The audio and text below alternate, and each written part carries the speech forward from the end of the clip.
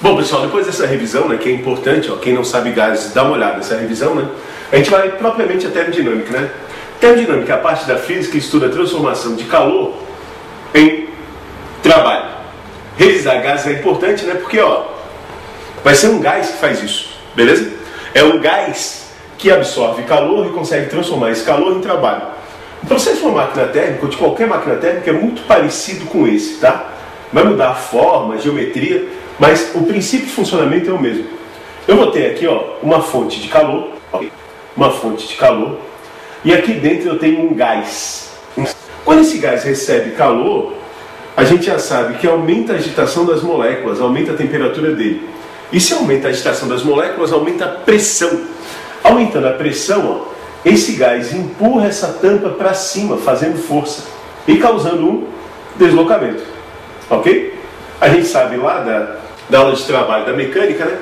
Que se a gente faz uma força e causa deslocamento, a gente vai estar realizando o quê? Boa! A gente vai estar realizando trabalho. Então, esse gás, ao receber calor, ele consegue empurrar alguma coisa e consegue realizar trabalho. Quanto mais força ele fizer e quanto maior for o deslocamento desse gás, mais trabalho ele realiza. Aqui, sobre trabalho, tem um detalhezinho que eu acho que é importante, né? O cara tem que lembrar o que é trabalho, tá? Tudo bem, trabalhar está associado a fazer isso, né? Empurrar alguma coisa e causar um deslocamento. Mas, de verdade mesmo, o que é trabalhar, né? Isso, trabalhar é uma maneira de transferir energia de um corpo para o outro. Por exemplo, quando o Zeca empurra uma cadeira, o Zeca realiza trabalho. O Zeca gasta energia, a cadeira ganha energia. Porque ela ganha velocidade, se ganha velocidade, a gente já sabe que ela ganha energia cinética. Então, trabalhar, ó, anota esse teu caderno, é na verdade uma forma de transferir energia de um corpo para o outro. Então, quando esse gás realiza trabalho, ele está transferindo energia para alguém, beleza? Ele está fazendo alguém se movimentar, ó. Então, o gás, quando realiza trabalho, ele perde energia. E quando o gás recebe trabalho, pode acontecer isso, Zeca? Pode, né? Quando essa tampa aqui esmaga o gás, ó, ela que empurra o gás, ela pressiona o gás e o gás recebe trabalho. Nesse caso, o gás está ganhando energia. A gente vai voltar a tratar disso, ó, mas é importante ter isso sempre em mente, que trabalho é uma forma de transferir energia de um corpo para o outro. Como é que eu posso calcular o trabalho realizado pelo gás? A gente aprendeu lá, né, que quando a força é constante, beleza? A gente pode calcular trabalho, que eu vou chamar de tal, o teu professor pode usar T ou W, tá? Vou chamar de tal, que é uma letra grega. Isso aqui vai representar pra gente trabalho, anota aí, ó. Tal representa trabalho.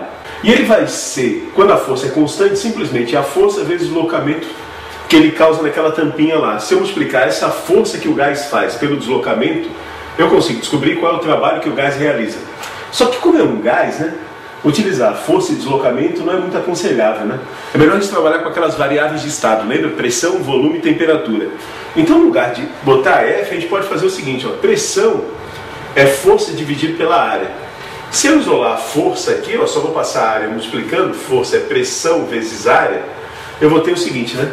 Que esse trabalho, na verdade, vai ser a pressão exercida pelo gás vezes a área dessa tampa aqui, ó. A área dessa tampa vezes o deslocamento da tampa. Se tu observar, o deslocamento da tampa, ó, é o quanto varia a altura desse cilindro aqui, tá vendo? Isso aqui é um cilindro, ó. É o quanto varia a altura. E você sabe lá da matemática, né, que a área da base vezes a altura é o volume. Isso. Então, se está variando a altura, está tendo uma variação de quê? De volume. Então, aqui está a formulazinha do trabalho. Pressão vezes a variação do volume. Claro que se essa fórmula só vale quando a força é constante, essa fórmula aqui só vale quando a pressão é constante. Ok? Então, quando que o gás realiza trabalho?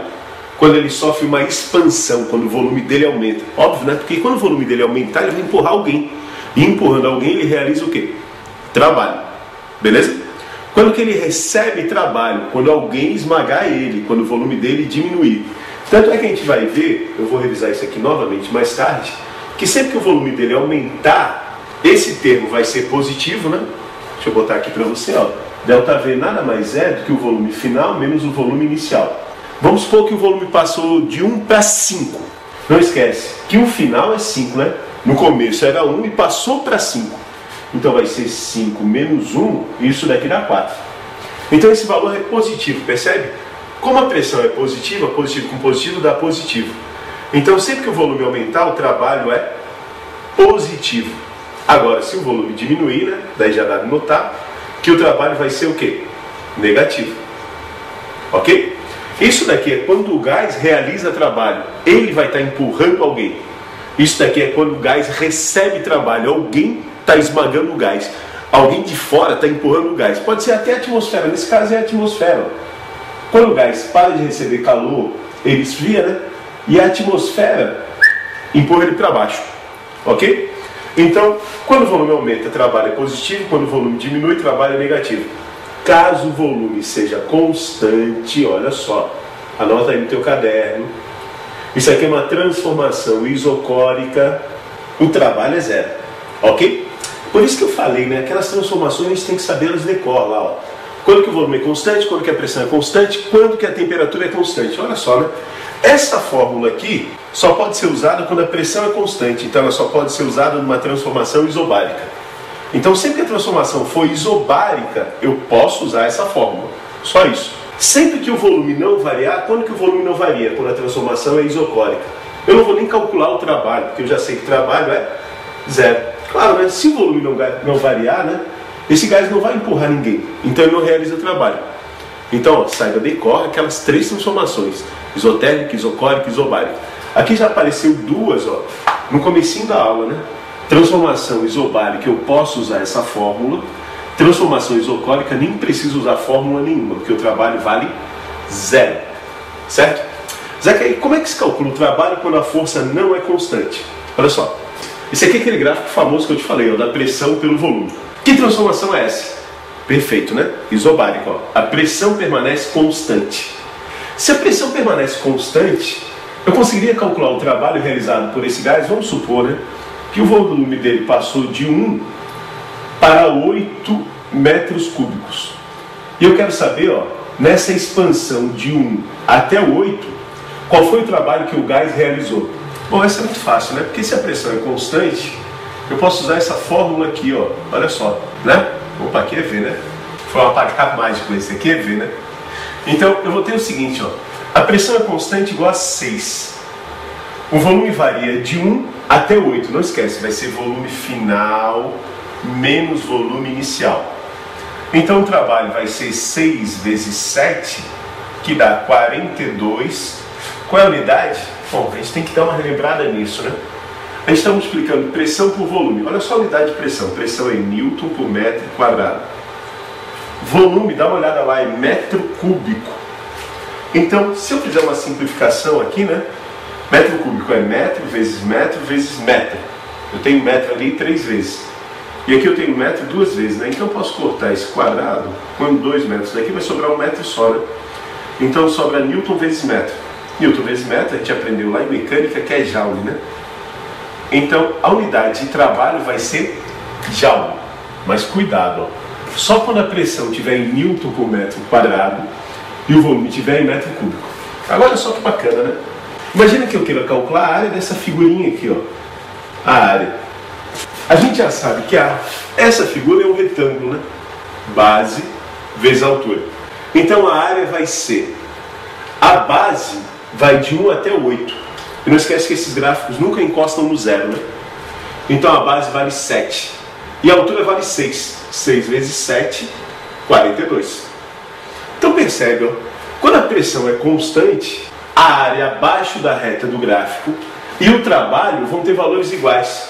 Opa, então eu posso usar a área para calcular o trabalho. Daí vai dizer, Zeca, mas não precisa, né? Porque pressão constante eu já sei usar a fórmula, né? Eu preciso de uma maneira de calcular trabalho quando a pressão não é constante. Tudo bem, mas olha só. Sempre que a figura é um retângulo, né? Aqui é um retângulo, concorda comigo que dá certo, ó. A área é o mesmo valor do trabalho que eu calculei, né? A pergunta é a seguinte: se a pressão não for constante, né? Vamos supor que a pressão varia um treco maluco desse daqui, ó. E não precisa se preocupar que eu também não sei calcular a área disso daí, tá? Se eles me derem uma função, eu sei. Mas só o desenho aqui, ó, eu não sei calcular a área disso não, né? Vamos supor que um gás se expandiu e durante essa expansão o volume dele está aumentando, tá? A pressão variou, aumentou, diminuiu. Eu quero saber como calcular o trabalho feito pelo gás nesse caso. Será que, a pergunta, né? Calculando essa área, eu também vou ter um trabalho? Vamos supor que eu inventei um jeito de calcular essa área, né? Sabe como é que os caras faziam antigamente? Os caras calculavam essa área por regra de 3. É verdade. Os caras desenhavam essa figurinha aqui numa madeira, recortavam ela, pesavam, beleza? E eles tinham uma areazinha padrão, por exemplo, 10 centímetros quadrados. Eles sabiam assim, 10 centímetros quadrados tem, sei lá, 10 gramas. Se 10 centímetros quadrados tem 10 gramas, eles viam quantas gramas tinha esse pedacinho aqui e sabiam a área. Louco, né? Bacana, né? Mas vamos supor que eu descobri uma forma de calcular essa área. A pergunta é a seguinte: será que essa área vai me dar um trabalho? Bom, teve um cara que teve uma sacada genial nesse caso. Ele pensou assim, eu só tenho certeza quando é um retângulo. Mas o que eu podia fazer, vocês não vão fazer isso em prova, eu só estou explicando, tá? O que eu podia fazer é dividir essa figurinha aqui, em pequenos retângulos, pequenos, muito pequenos, né? Eu já falei disso numa aula de cinemática, se não me engano. E a área dessa figura seria a soma da área desses retângulos. Como cada retângulo dá o trabalho, somando todos os retângulos, eu vou ter o trabalho. Ô Zeca, mas não ia ficar exatozinho, né? Não se eu usasse retângulo grande, mas se eu usasse retângulo bem pequenininho, dava certo, ficava bem em cima, né? Beleza? Então, se somando a área dos retângulos dá o trabalho, a área dessa figura dá o trabalho. Então eu tenho certeza que, como eu posso dividir essa figura em retângulos, a área dessa figura vai ser exatamente igual ao trabalho. Quem achou meio estranho o que eu falei, só grava o seguinte, tem um passarinho berrando aí, né? Troquei pelo galo agora, né? Só grava o seguinte, sempre que eu tiver um gráfico da pressão pelo volume, qualquer gráfico, não precisa ser isobárica, qualquer gráfico, a área entre a curva do gráfico e o eixo do volume, a área tem que vir até aqui embaixo, vai me dar o trabalho. Vou repetir, anota o teu caderno. Sempre que eu tiver um gráfico da pressão pelo volume, qualquer gráfico, a área entre a curva do gráfico, pode ser uma reta, e o eixo do volume vai ser igual ao trabalho. Sabe que teve um dia que o aluno perguntou isso? Zé, que tu mandasse eu anotar que a área de qualquer área entre a curva e o eixo do volume dá o trabalho. Agora esse gráfico aí não é uma curva, é uma reta. Galera, reta é um tipo especial de curva, certo? Curva engloba qualquer formato que eu fizer, inclusive de uma reta. Então, qualquer que seja o gráfico da pressão pelo volume, a área fornece trabalho. Olha só um exemplo aqui. Nesse gráfico aqui, nitidamente a pressão não é constante, né? Ela está aumentando à medida que esse gás está expandindo. E eu quero saber, quanto que vale o trabalho realizado por esse gás? Cara, eu não posso usar essa fórmula nesse caso, porque a pressão não é constante. Se liga, tem um monte de gente que põe lá a pressão 2 e resolve, toca a ficha. Não é. Não dá de usar essa equação. Zé, que eu posso usar uma pressão média? Pode. Tá? Mas eu vou te falar uma coisa. Para te calcular a pressão média nesse caso, primeiro tu teria que calcular o trabalho. Dividir pela variação do volume, daí teria a pressão média. Mas daí tu calculou o trabalho. Então, esquece pressão média. Sempre que eu tiver um gráfico da pressão pelo volume, a gente vai achar essa área aqui, Você está vendo essa reta azul? Essa é a reta do meu gráfico, não esse pontilhado. Pontilhado não existe no gráfico, né? Então eu tenho que calcular essa área aqui, Essa é a que me interessa. Ok? Sabe que figura é essa? É um trapézio, né? Trapézio é uma figura, assim, para quem não lembra, é uma figurinha desse jeito aqui, tá? Que tem dois lados paralelos apenas. Isso é um trapézio, Tá aqui, um lado é esse cara aqui, né? E o outro lado é esse cara aqui, São dois lados paralelos. Isso é um trapézio. Esse lado menor a gente chama de base menor. Esse lado maior a gente chama de base maior. E a distância entre as duas bases é a altura. Ok? Certo? A distância entre as duas bases, essa reta aqui que forma um ângulo de 90 com as duas bases, é a altura. Então, nesse meu trapézio aqui, esse cara seria a base menor, esse cara seria a base maior, e a distância entre as duas bases seria a altura. Para quem esqueceu, a área de um trapézio vai ser calculada assim, base menor mais base maior vezes a altura sobre 2. Tudo bem, tem gente que não gosta de trapézio, prefere dividir isso daqui, passa um risco aqui, não vou fazer isso, tá? E divide isso daqui num retângulo e num triângulo. Galera, tá na hora, eu tô aprendendo a calcular a área de um trapézio, né? Já tá bem grandinho, ó, tá? Então, você vai fazer base menor mais base maior vezes a altura sobre 2. Eu já descobri antes, né? Que sempre que eu calcular essa área aqui, ó, entre a reta do gráfico e o eixo do tempo, eu vou ter o trabalho. Então o trabalho vai ser, vamos lá, junto aqui, ó. Essa base menor aqui vai até onde? Perfeito, 2.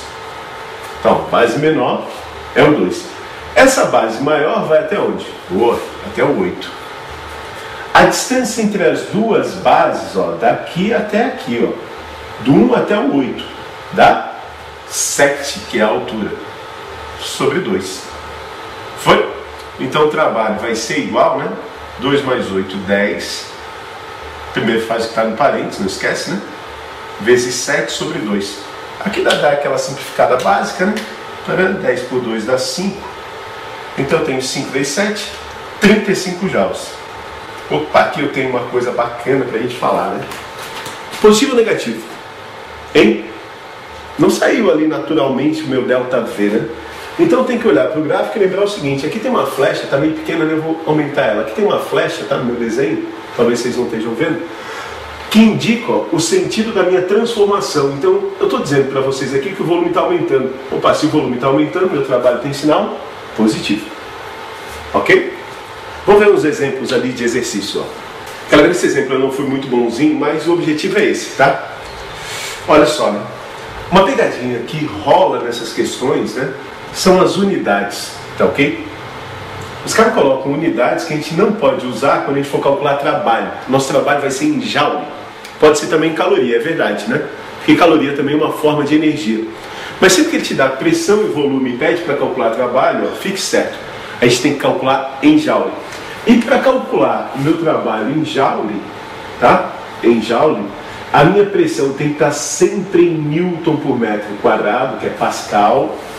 E o meu volume tem que estar em metro cúbico. Sempre, galera, sempre. Então, toma muito cuidado com isso. Eu vou relembrar algumas coisas aqui que são importantes, tá? Um ATM, e o vestibular geralmente te dá essa conversão, é 10 na 5 Pascal, tá? Pascal é Newton por metro quadrado. Lembra, em hidrostática eu ensinei isso para vocês, né? Tem até aquela piadinha do Newton lá que vai esconder, faz um quadradinho de 1 metro, fica em cima e fala assim: opa, sou Pascal, lembra? Ô Zé, é retardada, mas ajuda a gente a lembrar disso daqui, tá? E 1 litro é 10 na menos 3 metros cúbicos. Então olha só, se tu quiser passar de ATM para Pascal, é só botar um 10 na 5 atrás do número. Só isso. Por exemplo, aqui, ó, é 1 ATM, né? Então vai ficar 1 vezes 10 na 5. Se tu quiser passar de litro para metro cúbico, é só botar um 10 na menos 3 atrás do número. Então, 150 litros fica 150 vezes 10 na menos 3 metros cúbicos. Tá ok? Então vamos lá. Um recipiente contém 150 litros de ar sob pressão de 1 atm. Então esse é o meu volume inicial, 150 litros, mas eu já vou transformar, olha só, não é difícil, ó. É só colocar aqui atrás, ó, o 10 na menos 3, ó, fechou, ó. Olha só que fácil, tranquilo, né? Ó, no lugar de litro, eu escrevo tudo isso daqui, ó, 10 a menos 3 metros cúbicos, tá? A pressão de 1 atm, vamos botar aqui, ó, 1 atm. Também tem que transformar, ó. É só colocar no lugar de atm tudo aquilo ali, ó. Então fica 1 vezes 10 na 5 Pascal. Ok? Pascal é a mesma coisa que Newton por metro quadrado. Que trabalho o gás realiza se ele for aquecido a pressão constante? Opa, então é moleza, né? Pressão constante, a gente pode usar essa fórmula aqui, ó. Trabalho igual a P vezes ΔV. Ficou fácil, né? E o volume aumentar para 200 litros. Então meu volume final vai ser 200 litros. Eu vou substituir por 10 na menos 3 metros cúbicos. Ok? Então vamos fazer essa continha aqui com calma, né?